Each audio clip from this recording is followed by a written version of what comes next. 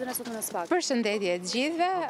Teksa refuzoi të paraqitej në SPAK për t'u njohur me akuzën, zëvendës kryeministra Belinda Balluku u shfaq sot nga Durrësi për të prezantuar ish-ministrin e qeverisë Albin Kurtit, Liburn Aliun, në krye të autoritetit portual Durrës. Kryeministri ma ka aprovuar propozimin tim, duke madje e mbështetur. Edi Rama ka punuar historikisht për Shqipërinë dhe për Kosovën me të njëjtin pasion. Liburn Aliu është më inspikaturi ndër të gjithë kolegët e tjerë kosovarë që na janë bashkuar. Edhe pse u kujdes që në krye të fjalës të thurte lavde dhe këtë emërim t'i atribuonte Edi Ramës, duket se kryeministri nuk ishte këtë herë aq i kujdesshëm për aktivitetin e Ballukut, teksa ajo ka llogari me SPAK. Ndryshe nga herët e tjera ku në faqen e tij në Facebook, Rama postonte çdo aktivitet propagandistik të zëvendëses së tij, sot kryeministri kishte zgjedhur që të mos ta postonte më Belinda Ballukun. Sjellje kjo e konstatuar edhe ndaj ish kryebashkiakut Erion Veliaj, ku pak para arrestimit dilte për të për inaugurime,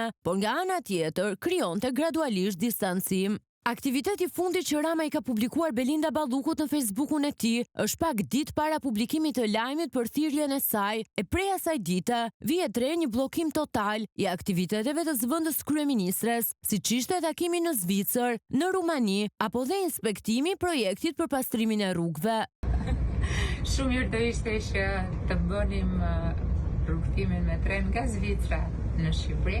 Nga ana tjetër, SPAK duke se i ka dërguar një tjetër fletëthirrje zëvendës kryeministres, e cila duhet të paraqitet me avokat për t'u njohur me akuzën. Zyrtarisht, SPAK është treguar hermetik në shpërndarjen e informacioneve, por burime të tjera kanë saktuar se Belinda Balluku pritet të paraqitet ditën e premte në organin e akuzës.